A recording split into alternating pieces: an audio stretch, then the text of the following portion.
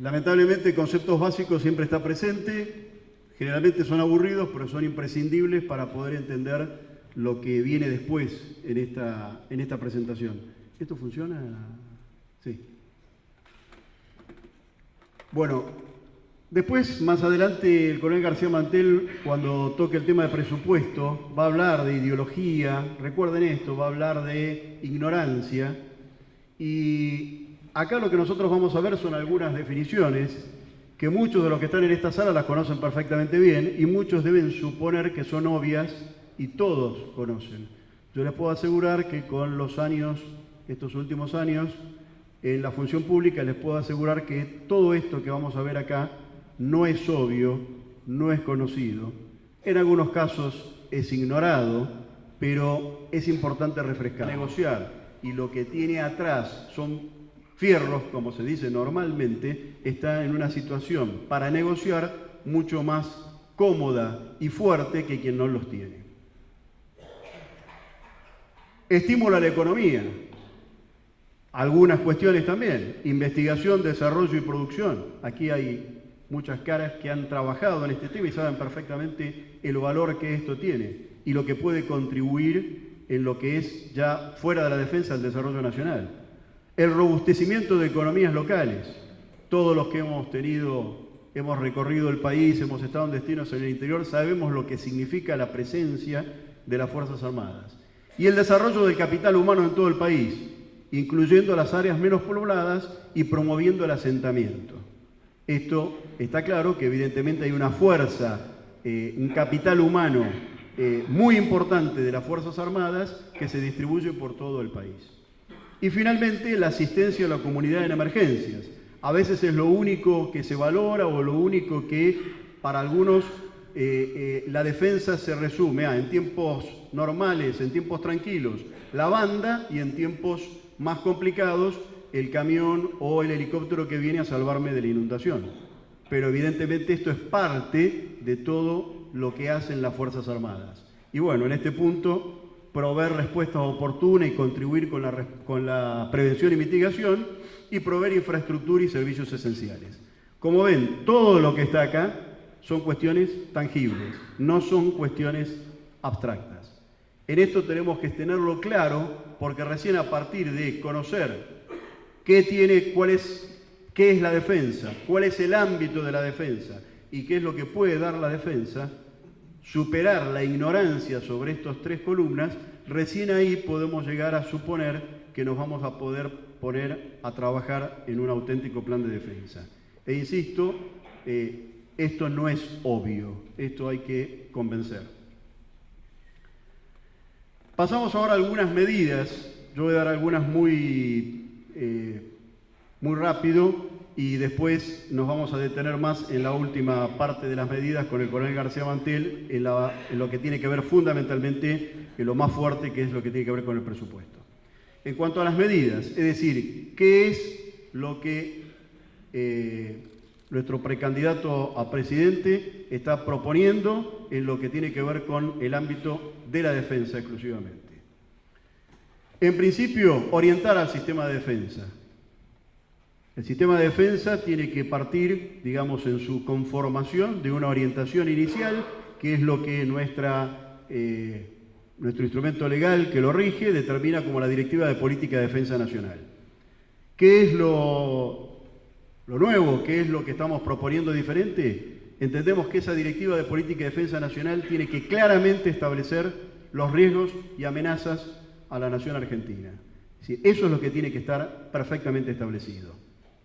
Insisto, muchos dirán, obvio, si no tengo riesgos y amenazas, ¿para qué quiero Fuerzas Armadas? Pues bien, tanto en la Directiva de Política de Defensa Nacional del año 2011 y 2014, como en la última, lo que tenemos son algunos desafíos, en el último caso, algunos riesgos, pero no tenemos riesgos y amenazas explicitados que entendemos tienen un carácter secreto, porque lógicamente esto no puede ser divulgado a los cuatro vientos. Son cuestiones que hacen después al planeamiento militar.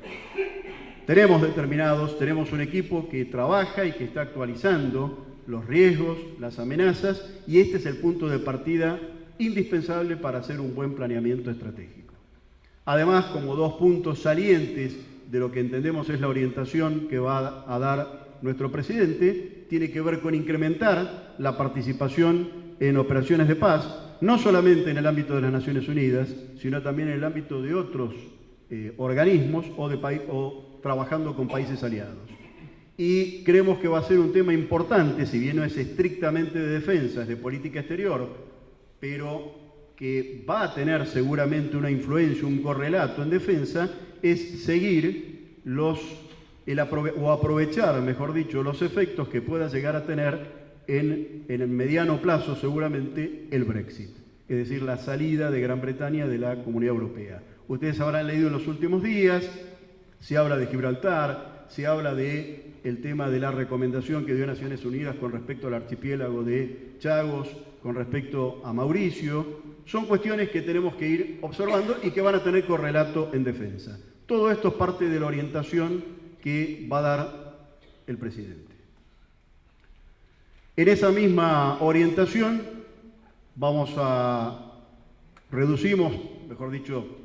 resumo el empleo de las Fuerzas Armadas en estos siete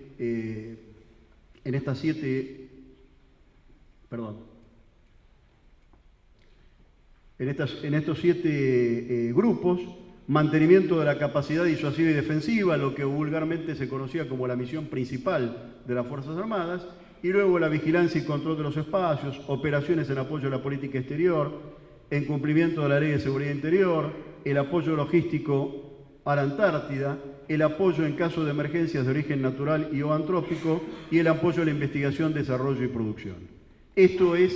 Para esto vemos que van a trabajar las Fuerzas Armadas. Se va a proponer un nuevo Código de Justicia Militar. Este tema lo tocó también el señor presidente del Círculo al inicio como uno de los problemas.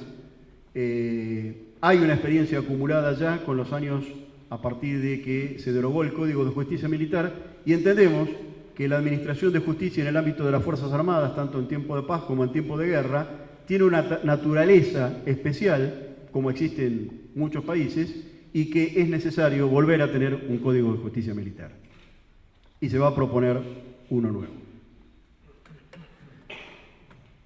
Vamos a proponer una ley del comisionado parlamentario de las Fuerzas Armadas. ¿Qué significa esto? Esto es una persona que va a ser designada por el Congreso, que va a reportar al Congreso y que va a tener como responsabilidad el seguimiento de la situación operativa de las Fuerzas Armadas y del personal. Es decir, particularmente va a ser una supervisión de los derechos y deberes del personal militar. Velar por el personal militar, cuyos derechos, también esto se tocó al principio como alguno de los problemas, yo iba escuchando todos los problemas que mencionaba el presidente del Círculo, para todos tenemos soluciones. Realmente este es un tema que nos preocupa mucho porque hay distintas cuestiones. Alguno rápidamente podrá sacar, por ejemplo, el tema de los saberes, pero no es lo único, porque el comisionado podrá ocuparse de muchas otras cosas más. Le podrá interesar que el personal que es desplegado en misiones de paz tenga la protección personal que le corresponde, y esto no es invadir la cadena de comando. Esto fundamentalmente es asistir al Congreso en el cumplimiento de su misión constitucional. Y al mismo tiempo servir a un ámbito que no tiene una representación sindical, servir al personal militar en lo que es velar por sus derechos. Otro ejemplo, por ejemplo, hace unos días, generado desde NOS, un grupo de abogados hizo una presentación para una medida cautelar para proteger lo que tiene que ver con el voto del personal afectado a la custodia de los actos electorales. En enero de este año, un decreto estableció cómo iba a ser el voto del personal afectado del comando electoral, y en marzo otro decreto lo dejó sin efecto hasta el año 2021. Nosotros entendemos que eso afecta el derecho para emitir voto por parte del personal que está afectado a la custodia, fundamentalmente Fuerzas Armadas y Fuerzas de Seguridad desplegados fuera de su lugar de asiento de paz. Bueno, estas son todas cuestiones que entendemos que hay que institucionalizar, y esta figura es la que encontramos como más adecuada. Y se va a presentar un proyecto de ley al respecto. Con respecto al servicio militar, la idea es llevar a 30.000 el número de soldados voluntarios y no me voy a detener mucho en esto porque son propuestas bastante, digamos, matemáticas. Y crear un servicio militar optativo, del cual estamos trabajando, con una duración de 1 o 2 años, porque está fundamentalmente orientado hacia personas que no trabajen ni estudien. Pero fundamentalmente lo que se busca con esto es que haya una contraprestación, es decir, que no haya gente que no trabaja y no estudia, recibe subsidios del Estado y no le devuelve nada al Estado. Lo que se va a procurar es que esa gente preste un servicio y simultáneamente en el cumplimiento de ese servicio pueda recibir educación, aprender un oficio, conocer la defensa nacional, que después también se va a hablar de eso, y una vez cumplido ese periodo, pasar a la reserva. Con esto no les podemos hacer más detalles, tómenlo como una cuestión así general, porque es un tema en el cual se está trabajando, pero la idea general es esta: dar la oportunidad a gente que se incorpore para recibir, pero al mismo tiempo para dar al Estado en contraprestación por lo que el Estado le da. Lo mismo vamos a presentar el proyecto de ley de reserva. Este proyecto nosotros lo venimos trabajando desde el año 2014 también. Entendemos que la reserva es una necesidad imperiosa en las Fuerzas Armadas. No voy a leer todo, simplemente les digo que desde el punto de vista normativo, desde la Ley de Defensa Nacional, que deberíamos habernos abocado a tener una ley de reserva, en ese momento se hablaba de movilización, y no se ha cumplido. Después la ley de reestructuración, todos hablan de la ley, pero nunca se cumplió con esto. Desde la derogación, de hecho, del servicio militar obligatorio, ha cambiado el sistema. De hecho, también el sistema de reservas que tenemos contenido en nuestro marco legal es muy difuso porque aludía a la existencia del servicio militar obligatorio. Por lo tanto, con un servicio militar voluntario, ese sistema no sirve. Entendemos también que la reserva nos va a permitir tener un soldado menos oneroso que nos permita completar organizaciones, tanto orientado a lo que tiene que ver con la disuasión, que se sepa que hay una capacidad para remontar las organizaciones incompletas que tenemos, como también para ayudar en el adiestramiento. No es lo mismo conducir una compañía que es una sección, conducir un regimiento que es una compañía reforzada. Entonces la idea también es que sirva al adiestramiento y por supuesto que contribuya a la disuasión por la capacidad que tengamos de remontarnos al instrumento militar que el planeamiento diga que tenemos que tener. En este punto quiero también ser claro porque a lo largo del año pasado se han dado algunas versiones con respecto al tema de la reserva.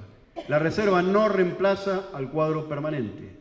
La reserva, el soldado reservista no reemplaza al voluntario del cuadro permanente. El reservista completa y complementa, agrega capacidades, aumenta capacidades, incrementa los efectivos en una determinada organización, sirve para atender una emergencia cuando hay poco tiempo para mover tropas de un lugar a otro y se puede recurrir a lo local, pero no reemplaza el cuadro permanente. Por eso dijimos al principio, dejamos establecido, la idea es incrementar el número de soldados voluntarios y por otro lado tener un sistema de reservas. Y además creemos que esto va a contribuir a generar un vínculo adicional con el resto de la sociedad, porque evidentemente va a haber una forma más de prestar servicios sin hacerlo a todo tiempo. Y esto lo queremos dejar muy claro porque con esto se tergiversó mucho la información con respecto de cuál es la finalidad de la reserva. No tiene fines económicos, no es para reemplazar a los cuadros ni permanentes o a los soldados voluntarios, es para complementarlos, es para completarlos. Además, les digo que normalmente hay un mito con respecto a cuánto cuesta un reservista. Hay mucha gente que hace una cuenta absolutamente directa y dice, bueno, si al reservista lo tengo un mes, el reservista me cuesta 12 veces menos que un permanente. Eso no es así. Yo le digo que a valores actuales, un soldado reservista está costando, podría costar, en los términos que nos imaginamos en esta ley, aproximadamente un cuarto de lo que cuesta un soldado voluntario permanente. O sea, no es una 12 veces menos. Y además porque hay costos fijos que los comparten los dos. Pero insisto, la idea acá es contar con capacidad para remontarse y poder completar y complementar el cuadro permanente. Otro de los temas que se mencionaron al principio y que es una decisión clarísima que se tiene en este aspecto desde nuestro espacio es el de la recomposición, jerarquización y equiparación de los saberes. Y se mencionan las tres cuestiones porque son tres cosas distintas. La primera tiene que ver con el componente no remunerativo o no bonificable. Hace poco hubo un fallo de la Corte Suprema que reconoce la justicia en cuanto a este aspecto. La segunda tiene que ver con la necesidad de ampliar la relación existente entre la máxima y la menor jerarquía en las fuerzas. Y la tercera tiene que ver con la equiparación de los saberes con las fuerzas federales. Esto es una decisión clara y es un objetivo irrenunciable en cuanto al personal de las Fuerzas Armadas. Lo mismo con el tema de lo que se adeuda por los juicios.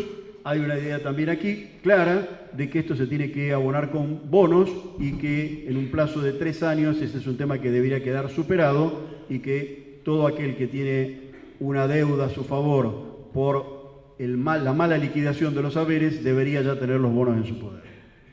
Con respecto a la obra social, otro de los temas que también se mencionó, por supuesto, somos de la idea de que debe finalizar la intervención de la obra social.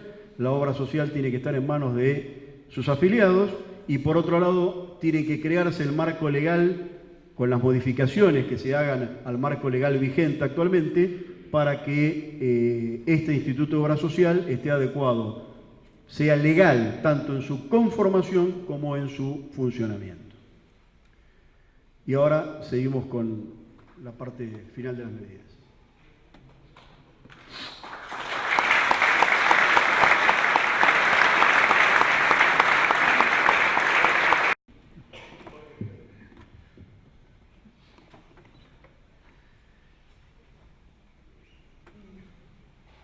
Bueno, en cuanto al apoyo al sistema de seguridad,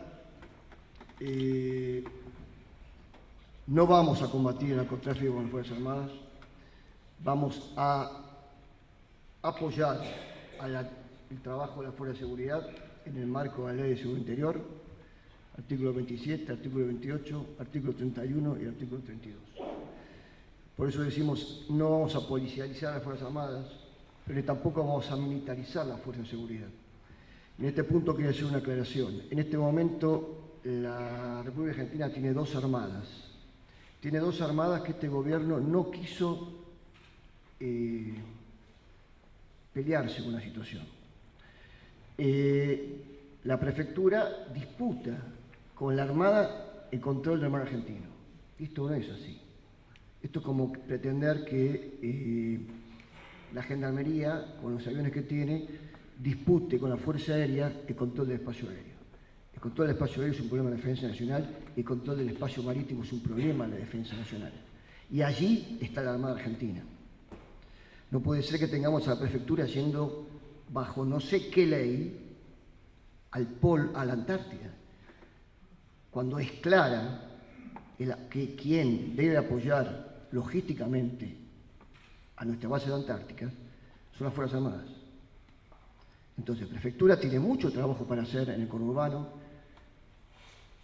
también en Puerto Madero, y en la narcovía, en todo lo que es el río Paraná y el río Uruguay, para además tratar de ocupar espacio de la Marina. Esto tratamos de modificarlo desde la gestión y hasta que nos fuimos no lo logramos. Quisimos crear el sistema de vigilancia y control del espacio marítimo para la Armada, bajo que debe controlar la Armada. Esto no quiere decir sacar a la prefectura del mar. La prefectura tiene por tema de pesca sus responsabilidades, tiene por temas aduaneros sus responsabilidades hasta la milla 24. No quiere decir sacar a la prefectura del mar, pero quiere decir ubicarla en el árbol y en el lugar que le corresponde. Vamos a desarrollar el concepto de seguridad integral. Y este tema no hay que tenerle miedo. Quienes hacen patrullaje ideológico, al decir de Norma Morandini, después vamos a hablar de los que hacen patrullaje ideológico, están acusando de que las Fuerzas Armadas están trabajando en la lucha contra el narcotráfico. Esto es absolutamente mentira. Nosotros vamos a mantener lo que se está haciendo, que es control de fronteras. Mucho mejor lo que está haciendo, porque como no hay presupuesto, tenemos 500 hombres repartidos desde Salta hasta Formosa. En Misiones no podemos porque la prefectura no deja entrar a las Fuerzas Armadas. Y este concepto es el concepto de seguridad integral. Ya la división geográfica entre seguridad interior y seguridad exterior no existe más en el mundo. Ustedes van a Europa y van a ver en los aeropuertos, en las estaciones de tren, a soldados patrullando, colaborando con las fuerzas de seguridad. Lo mismo lo tenemos en los países de la región, hasta los países con las legislaciones más duras, como puede ser Chile y Uruguay, están haciendo con las Fuerzas Armadas control de fronteras. Entonces, vamos a mantener el concepto de seguridad integral, que no distingue entre seguridad externa e interna, porque son interdependientes. No podemos hacer una separación geográfica. Ya las amenazas trascienden las fronteras. Y el Estado no puede autolimitarse, porque el Estado no es rico. Y si tiene medios para colaborar con la fuerza de seguridad, lo debe hacer. ¿Cómo lo debe hacer? Como lo está haciendo, pero con mayor envergadura, haciendo apoyo logístico a la fuerza de seguridad, haciendo ejercicios, importantes ejercicios para disuadir con presencia en la zona de fronteras, y también dando apoyo a la comunidad. Normalmente esas zonas son muy pobres y allí se puede trabajar en salud, en infraestructura, etc.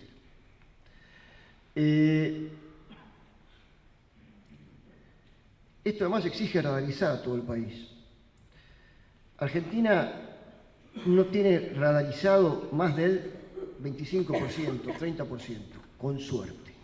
En el año 2004 se había determinado lo que se llama el SINVICA, que la República Argentina tiene que tener 52 radares primarios 3D para proteger el 100%, más algunos radares secundarios, para proteger todas las fronteras argentinas. Hoy alcanzó a tener 12. De esos 51 radares primarios, que son de envergadura, son radares importantes que los hace el INVAP, además teníamos que tener 3 radares aerotransportables, es decir, estos son sobre aviones, tipo AWACS o tipo los que tiene Embraer, para también controlar nuestras fronteras desde el aire. No tenemos ninguno de ellos. ¿Cuánto sale a radarizar el país? 400 millones de dólares. Después vamos a hablar de plata. Pero retengan, 400 millones de dólares sale radarizar todo el país, el 100% de las fronteras seguras. Hoy hemos puesto todos los radares en el norte. El resto de las fronteras, nada. Y además exige medios tecnológicos de última generación, como drones, etcétera, etcétera. ¿Me pasás a seguirte, Tatiana? En cuanto al despliegue de los efectivos de las Fuerzas Armadas. El despliegue, ahora vamos a ver unos mapas a continuación y vamos a ver un poquito a la República Argentina en su parte continental y marítima. Pero vamos a mantener el despliegue actual de las Fuerzas Armadas con los retoques que haya que hacer. Muchos de los que están aquí presentes sabemos que en algunos lugares del país hay unidades que ya no cumplen ninguna función. Las trasladaremos a lugares donde cumplan función. Una mejor función. Y lo mismo con los efectivos, ya lo dijo Coronel Pierri, vamos a incrementar el efectivo de soldados voluntarios en un 30%, 33%. Hoy están menos de 20.000, vamos a llegar a 30.000. Esto sale 100 millones de dólares, no es tanta plata. Y además vamos a incorporar las reservas profesionales. estas reservas a las cuales también se refirió con el Pierri, que vamos a promover esta ley usándolas para el bien y no para el mal. ¿Qué es usarlas para el mal? Trascendió en el último año que las reservas iban a reemplazar a los soldados voluntarios. Si es así, estamos tergiversando el sistema de reservas y estamos debilitando el sistema de defensa nacional. Por favor. ¿Por qué no podemos tener menor despliegue del que tenemos? ¿O por qué no podemos tener menos efectivos de lo que tenemos? Y estamos cansados de escuchar que hay demasiadas unidades en todo el país, estamos cansados de escuchar que estamos sobredimensionados. Los que están sobredimensionados son las fuerzas de seguridad, los 94.000 policías de la provincia de Buenos Aires que no cumplen la función que deberían cumplir, y lo vemos diariamente. O la Prefectura Nacional, que ya tiene 23.000 hombres contra los 18.000 que tiene Armada. Las Fuerzas Armadas no están sobredimensionadas. Le falta gente a las Fuerzas Armadas. Y fundamentalmente le faltan soldados voluntarios y fundamentalmente le faltan reservas para poder remontarla en caso de necesidad. Necesidad por lo que sea. Constitucionalmente, hoy controlamos el 40% de nuestro territorio. 4.300.000 kilómetros cuadrados. Lo que pretendemos y lo que nos usurpa el Reino Unido y Gran Bretaña son 10,5 millones de kilómetros cuadrados.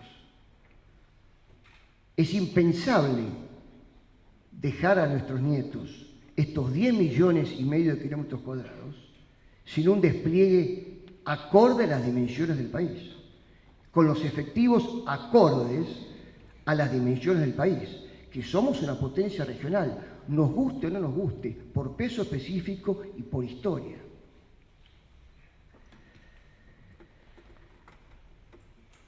Usurpado un poco más del 20%,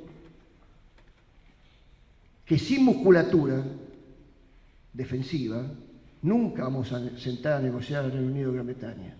Hoy a los ingleses les sale gratis estar en Malvinas. Como expresó muy bien en el informe del fiscal Dilelo, puso un ejemplo, no sé cuando él vino a poner acá, lo mencionó, pero en una de las partes de ese informe da el ejemplo de un general americano que relaciona las relaciones exteriores con la defensa nacional. Y dice que las relaciones exteriores sin Fuerzas Armadas es como una sinfonía sin orquesta. Esto es un montón de papeles absolutamente inútiles y que nadie entiende. Esto tiene que entenderlo la clase dirigente argentina.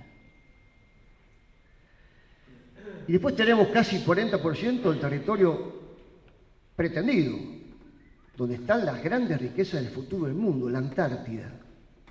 Nosotros compartimos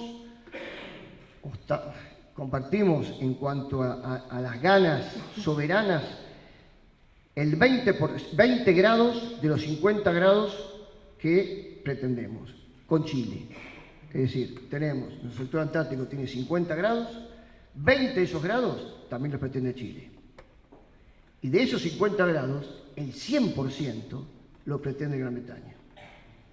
El Tratado Antártico, hay muchos mitos respecto al Tratado Antártico. Que se vence en 2050, que se vence en 2048. El Tratado Antártico puede ser denunciado mañana mismo, por simple mayoría. Y ya hay países que están siendo conversados por algunas potencias para denunciarlos. Los países serían Nueva Zelanda y Noruega. Estoy hablando del Tratado Antártico. No estoy hablando del otro protocolo, que es el de protección del medio ambiente. Ese sí rige hasta el 2048 y solo puede ser derogado por unanimidad. A partir del 2048, por simple mayoría. Pero reitero, el Tratado Antártico puede caer mañana. Y hay un antecedente. En el 2011, los países ribereños del Ártico decidieron, sin preguntarle al resto de la comunidad internacional, repartirse el subsuelo y empezar a explorar gas y petróleo. Año 2011. Sigamos, por favor. Pero además, ¿por qué no puede tener menor despliegue que tiene y menor efectivos? Porque la Argentina es el octavo país del mundo. Y si le sumamos la Antártida es el séptimo porque supera a India. Es el país más grande de habla hispana. Acostado, entre comillas, sobre Europa, va de Gibraltar a Moscú y de Hamburgo a Sofía. Está acostado, entre comillas, sobre 20 países europeos, sin contar principados y ducados. Dentro de ese mapa de la República Argentina entran 75 brigadas europeas. Reitero, dentro de ese mapa entran 75 brigadas de ejército europeas. Nosotros tenemos 11. Pero además es un país muy particular, es uno de los pocos países del mundo, yo creo que solamente Australia y Estados Unidos están en las mismas condiciones, que tienen toda la diversidad de ambientes geográficos, todas. Tenemos de la puna hasta la selva, pasando por la alta, media y baja montaña, la llanura, etc. Y para poder controlar nuestro espacio necesitamos tropas especializadas. Hay muchos mitos respecto a esto. Yo no me voy a referir a todos los mitos que hemos desarrollado, que son unos 7 u 8, pero hay un viejo mito que dice, pongamos unas fuerzas en el centro, en Córdoba, altamente tecnificadas, y desde allí controlamos todo el país. Un mito mentiroso. Pero además es un país que tiene muy mala infraestructura, que no permite unos rápidos traslados, ni por ferrocarril, que no existe más, rutas que son también pobres y muy mal estado, sino que además tenemos casi el 30% del espacio vacío. ¿Qué es un espacio vacío? Internacionalmente es aquella zona o espacio que, siendo apto para la vida, tiene escaso desarrollo y por lo tanto escasa población. Esto va a tener vital importancia en el futuro, porque hoy somos 7.700 millones de habitantes, y en el 2050 vamos a ser 9.700 millones de habitantes. Va a haber superpoblación, van a faltar recursos. Hoy el mundo consume 50% más de recursos que lo que consumía hace 30 años. Va a faltar agua, va a faltar energía. Y todo eso le sobra a la República Argentina. La que sigue, por favor.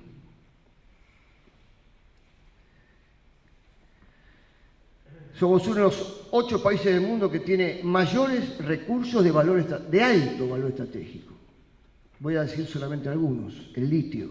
Si explotáramos el litio, son 100.000 millones de dólares que le daremos al país. Integramos el triángulo del litio, junto con Bolivia y Chile, que tiene el 50% de reservas mundiales.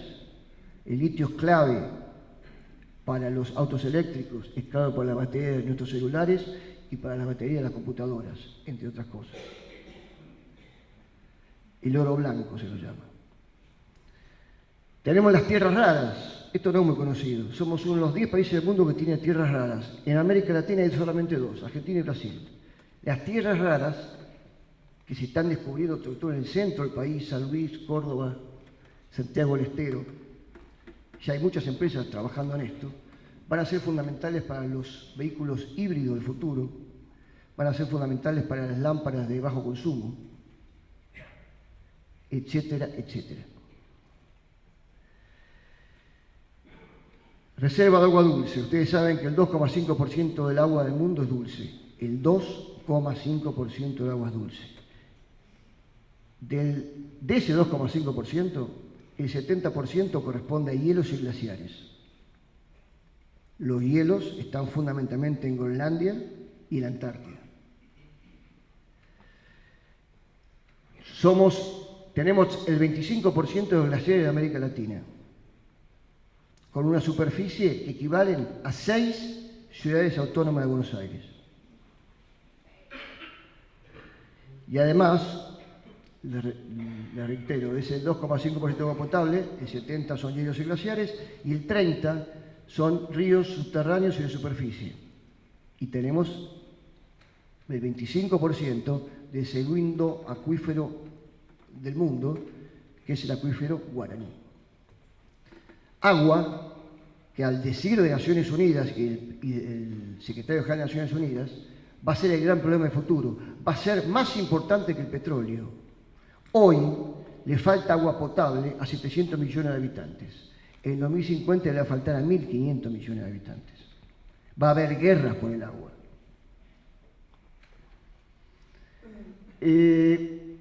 Bueno, no voy a hablar de vaca muerta porque todos sabemos qué significa vaca muerta. Si lo explotáramos, creo, y no veo bien, pero creo que son 36.000 millones de dólares por año que podríamos obtener. Hablé del acuífero de Guaraní, ni hablemos de todo lo que hay en el mar, que no explotamos y que nos explotan. Perdemos entre 1.500 y 2.000 millones de dólares por año por la depredación de nuestro mar argentino, de nuestros recursos, que no podemos combatir por falta de buques. Por todo esto es que no podemos disminuir el despliegue o cerrar unidades o disminuir los efectivos de las Fuerzas Armadas. ¿A qué sigue, por favor? Vamos a hablar del presupuesto un poco. Creo que la clase dirigente argentina tiene que decidir qué hacer con las Fuerzas Armadas. Tenemos dos caminos.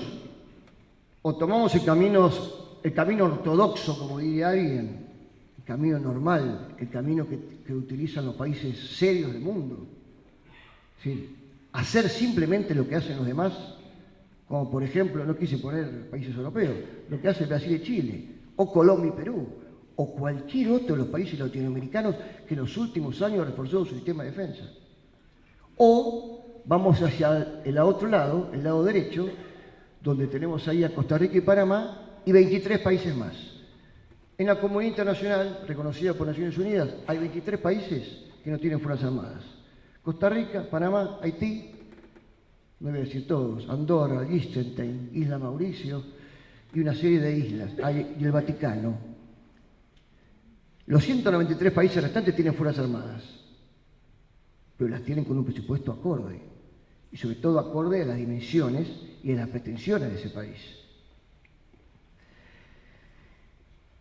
Diríamos que ni el informe del fiscal Dilelo, lapidario informe del fiscal Dilelo, que muchos de los que están acá lo han escuchado, yo lo he leído con mucho detalle, y que recibió el presidente de la República, comandante en jefe de las Fuerzas Armadas. Reitero los comandantes en jefe de las Fuerzas Armadas porque parece que a los presidentes argentinos les hace ruido ser comandante en jefe de las Fuerzas Armadas. Porque las Fuerzas Armadas son políticamente incorrectas en este país. Fue entonces enviado el comandante en jefe de las Fuerzas Armadas, al ministro de Defensa, a los presidentes de las comisiones de defensa, de senadores y de diputados, y a jefe de gabinete, a Marcos Peña.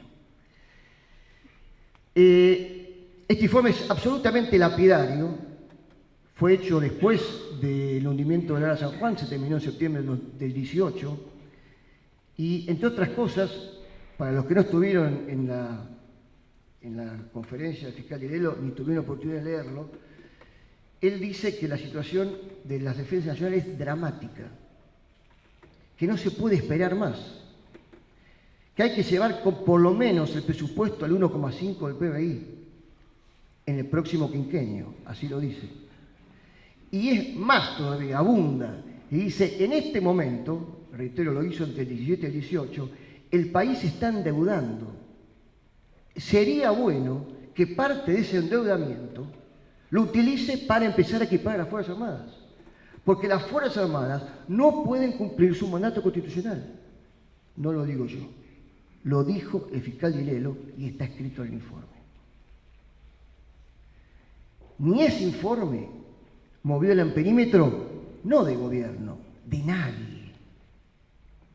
Yo no vi ninguna solicitada, ningún político argentino en la radio o en la televisión hablando del informe fiscal Dilelo, ni pidiendo plata para sacar al país de la indefensión.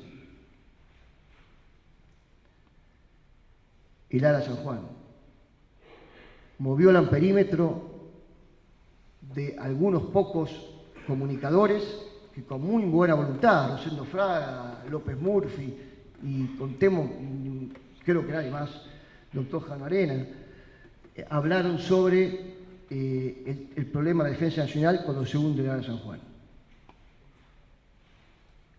El resto de los políticos, cero. G20 y Juegos Olímpicos de la Juventud. Todos estábamos esperanzados en que venían los 20 líderes más importantes del mundo y que por fin la defensa nacional iba a recibir algo. Y se planificó comprar aviones supersónicos. Y se planificó comprar misiles antiaéreos de última generación, como había usado Brasil en los Juegos Olímpicos en Brasil. Y se planificó la compra de blindados a rueda, también para proteger a los mandatarios que venían, y era una excelente oportunidad para que ocurriera algún atentado en la República Argentina. ¿Qué se terminó comprando? 3 inhibidores de drones y un sistema de tiro viejo. Suerte que Dios es argentino. La defensa nacional no es tema de campaña electoral, no es tema de nadie.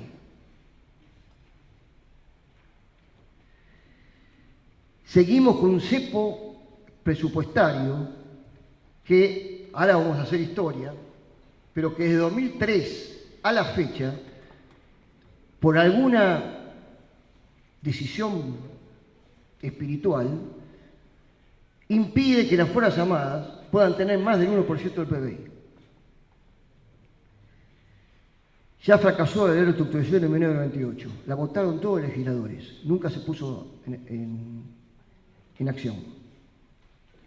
Se hizo un plan Camil, plan de capacidades militares en 2011, con el gobierno anterior. 2 o 3 años trabajando en el Estado Mayor Conjunto y las fuerzas para sacar el plan de capacidades militares. Este plan preveía invertir 8.000 millones de dólares en 20 años, entre 2012 y 2032. 400 millones de dólares por año. Modesto, pero era algo. ¿Qué se cumplió del plan Camil? ¿Qué cumplió el gobierno anterior del plan Camil? El 3,5%. Avancemos, por favor. Esto lo voy a leer.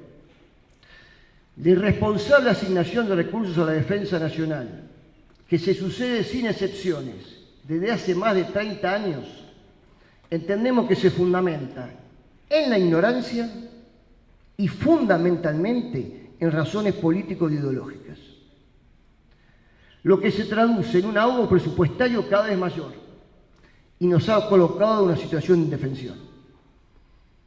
Esto mantiene la jurisdicción defensa en estado vegetativo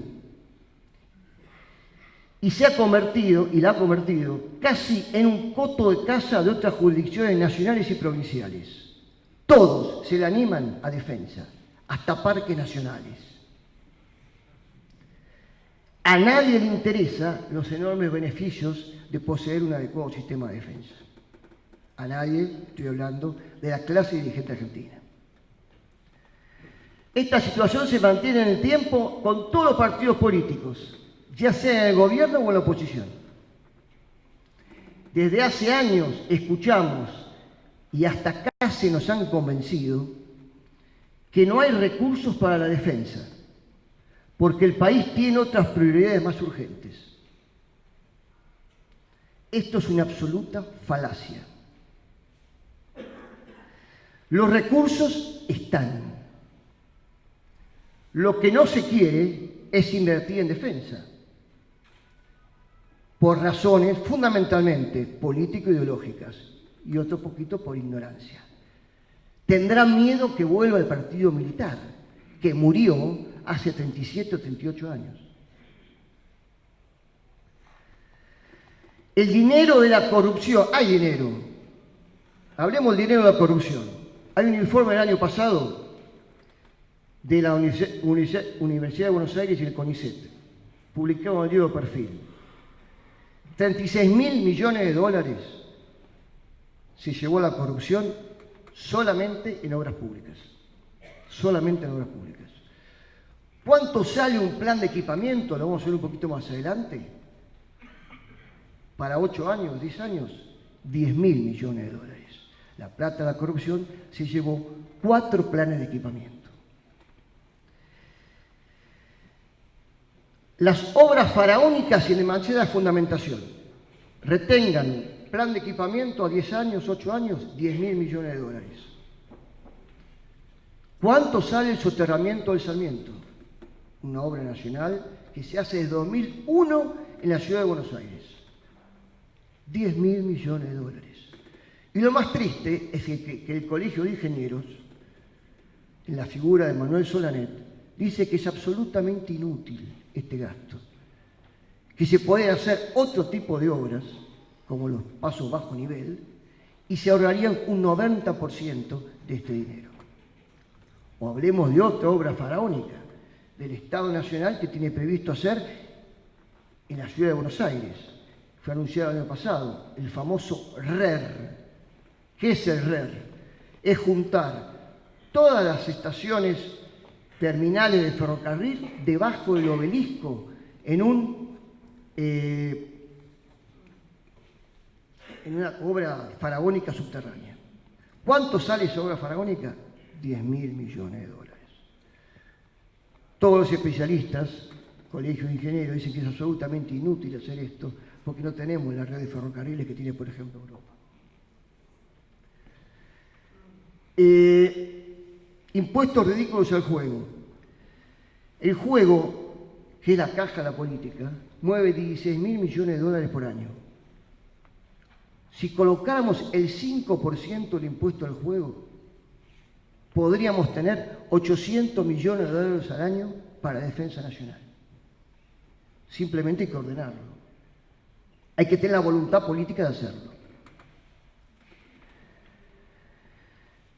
Los vergonzosos gastos de la política. Hace un par de meses, Roberto Kachanowski hizo una comparación entre los diputados y senadores argentinos y los diputados y senadores españoles. Estoy hablando del Congreso Nacional, no de los provinciales, lo cual todavía es más escandaloso. ¿Y por qué comparó España con Argentina? Porque España tiene 47 millones de habitantes y Argentina 44. Si los diputados y senadores argentinos cobraran lo que cobran los españoles, el país se ahorraría 400 millones de dólares por año. Necesitamos 800, 900, 1.000 millones de dólares por año para empezar a reequipar a las Fuerzas Armadas. Estas son algunas de las pruebas de que cuando nos dicen que no hay plata para defensa, es una falacia. Y yo me acuerdo en este punto de la fábula de la rana y la olla. Han colocado, o nos han colocado a todos en una olla con agua fría, hace muchos años, y empezaron a calentar la olla. La rana no se dio cuenta, y hoy la rana está ya hirviendo y al borde de morir. ¿A que sigue, por favor? Allí está el cuadrito donde vemos cómo ha ido bajando el presupuesto de defensa en los distintos gobiernos, cómo fueron bajando. Alfonsín 2,5 a 2, Menem lo bajó al 1,5, Kirchner Fernández lo bajó al 1%. Esto es un poquito la fábula de la rana y la olla. Pero lo que quiero sobre todo enfatizar es que Argentina gasta menos del castigo que le impuso Estados Unidos a Japón después de la Segunda Guerra Mundial. Le impuso el 1% del PBI. No podía pasar de eso un gasto de defensa.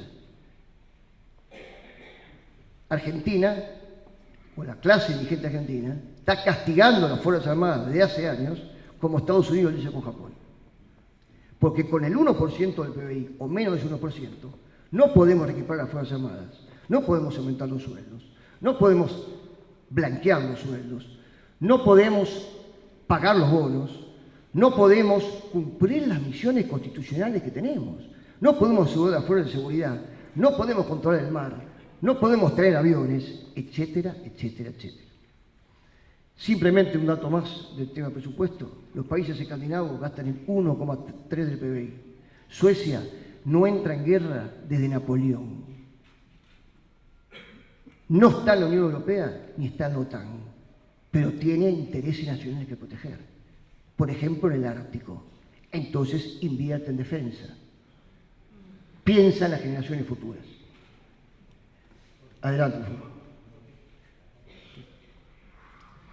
Bueno, este es el peldaño de la historia. Lo que proponemos es llevar el porcentaje del PBI al 1,6, que es el porcentaje regional, en 2 años. Y acomodar un poco los gastos, que los gastos se acomodan solo si llevo el porcentaje del 1 al 1,6. La que sigue, por favor. Esto simplemente es para demostrar el tema del patrullaje ideológico. La señora Ruth Yameen, el 20 de marzo, cuando se hizo cargo la nueva viceministra de Defensa, sacó este artículo, esto está resumido, es textual, pero resumido, sacó este artículo en Clarín, donde alertaba a la viceministra sobre que no se olvide del control civil de las Fuerzas Armadas, pero sobre todo decía que el segundo dilema es hacer de las Fuerzas Armadas que tenemos un instrumento eficiente sin que ello suponga relaciones discordantes con la realidad social y económica del país. Y después agregaba, este modelo implica una inversión mayor que no está dentro de las probabilidades económicas actuales argentinas, ni es claramente una demanda de la ciudadanía. Es decir, que le decía a la nueva viceministra de Defensa, no te olvides del control civil y no les aumentes el presupuesto. La señora Ruth Yameen integra el colectivo de patrullaje ideológico del que hablaba antes Nora Morandini. Sigamos. En cuanto al equipamiento, ya termino, vamos a invertir 10.000 millones de dólares a lo largo de 8 años. Este equipamiento ya fue escrito por el equipo que preside el mayor Juan José Gómez Centurión, en la que sigue. Esto fue escrito en el año 2015. Esto fue lo que se proponía. Ahí están los números y el detalle no lo voy a dar ahora por falta de tiempo. Sigamos. Vamos a revisar el tema de la base china. Los chinos tienen 2 bases en China y necesitamos una tercera base para triangular. La hicieron en Argentina, en Neuquén. Y además de eso están haciendo un radiotelescopio, el más grande de Sudamérica, en San Juan. Entre las 3 bases chinas y el radiotelescopio puede interceptar satélites y puede interferir comunicaciones en el Pacífico. La clase dirigente nos metió en un problema geopolítico, en un problema entre China y Estados Unidos o China y Japón. Sigamos. Bueno, este mapa lo dejamos de lado y vamos a las últimas reflexiones a cargo de, bueno, crear conciencia de defensa nacional. Esto es lo que también queremos hacer a efecto de tener un mayor sistema de reservas.